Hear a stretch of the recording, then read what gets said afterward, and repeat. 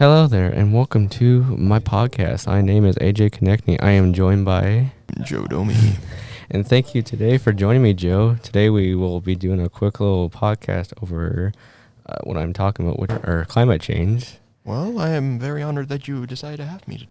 So before we talk about climate change, let's talk a little bit about global warming. So global warming as a whole is like the warming of the entire planet, and how it affects weather or climate over the whole Earth. Yeah. And that more to like specific of climate change. Climate change is more of like the weather effects, like say like hurricanes to like extreme like snowstorms and that kind of stuff, like climate weather, that we experience, every day. Oh, yeah. And it's kind of interesting because it's like throughout the last few decades how it has changed due to a lot of burning of certain like fossil fuels like coal, oil, and natural gases and stuff that we use for like everyday things like our vehicles, like our cars, planes, or whatever else that we use it like maybe for furnaces and that kind of stuff. So it's kind of interesting because it's like we depend on that stuff, but that it's like one of the things that we're trying to figure out, like how can we replace that with something else we can use without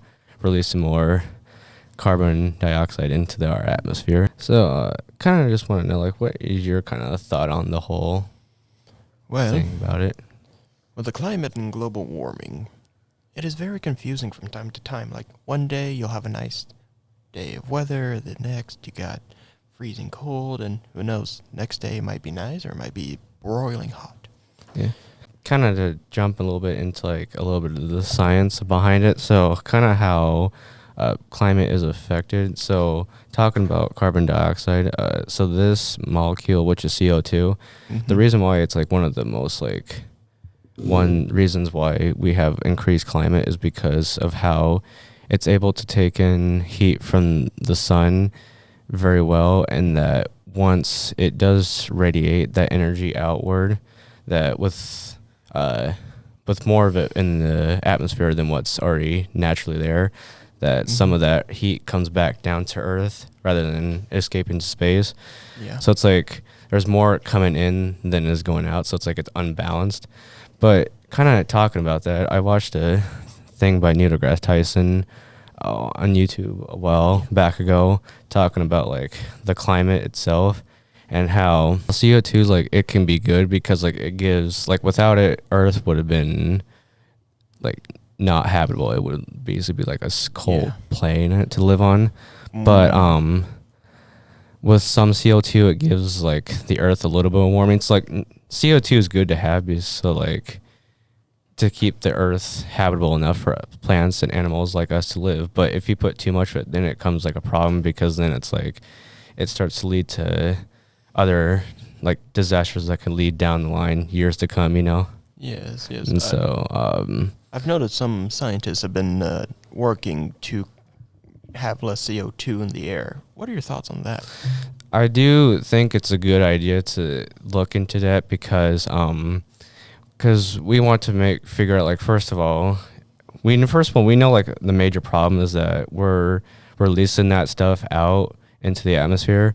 So I think it's good that we were trying to figure out like how do we deal with that issue.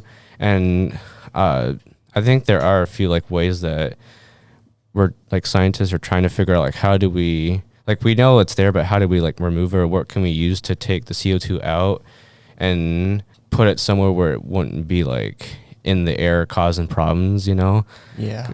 Because like I don't know for sure. I don't know if exactly for sure of this, but I thought I've seen like where some like idea about using like these big like fan like propeller things that would suck the CO2 out of the air, and that what would be out would be oxygen, what we breathe, but that the CO2, the carbon, would be put in underground, like kept in the ground away from the air so that it wouldn't be like a pollutant in the air, And now that's just one idea that I've heard. There's other ideas out there that I don't know exactly for sure on what they do, but I think it's also good because then we want to keep the planet from getting more hot. Like with a good like example would be like the glaciers, and stuff. How we've noticed, or should I say NASA's like satellite imagery throughout the last like few decades and last century or so have noticed how like different glacial areas have like started to secede or melt away throughout the last few decades, and it's like that ain't good for like our ecosystem and for like certain sea creatures who live in like, depending on like what type of temperature they live in the ocean, you know, and how it's like that can be effective. Like we usually don't think of like sea animals as being like one of the things that's affected by our global climate, Yeah. you know. But I was doing some research about like how do like certain sea animals and sea creatures, like how are they affected from this all this, and it's like how they're usually born in like either a certain like cold temperature or maybe mild, you know, Yeah. and that with increasing like warming waters, for example, how with that disturbance with water is very good at absorbing heat, by the way, but with that absorption of water, how certain animals, they can't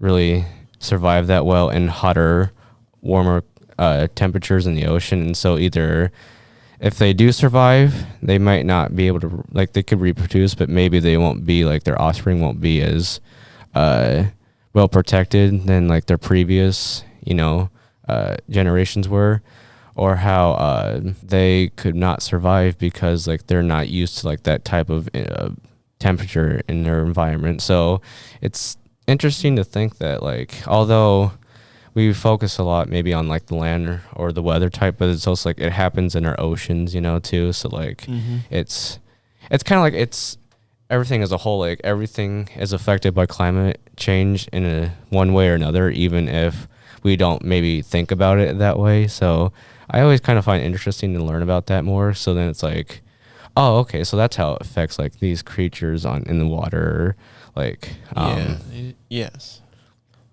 So one thing. mhm.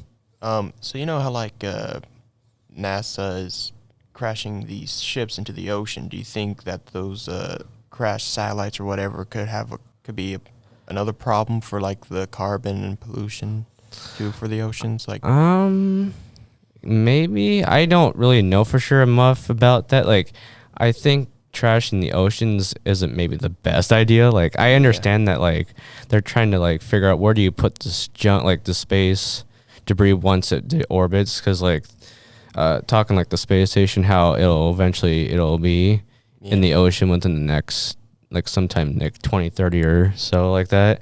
And yeah, I can understand that like throwing that junk, and depending on like what it gives off, if there's any like waste products given off from the metal and stuff that's just left behind. I don't know enough about it, but maybe it can contribute. I don't like, I understand like, yeah, trashing and stuff besides like climate is not a good thing. I don't know enough about it to like say my initial like answer, but maybe, so I have to Good see. to know. Good to know. Otherwise though, not much else. Unless you got something else you want to ask me, or Well, let's see. No, I got nothing. nothing. Well, otherwise I don't think I have much else to talk about either for now. But anyway, thank you very much, Joe, for joining me on this podcast. Well, thank you for having me, and to everybody listening, good afternoon, good evening, and good night. Thank you for joining, and I hope you all have a good day. Take care.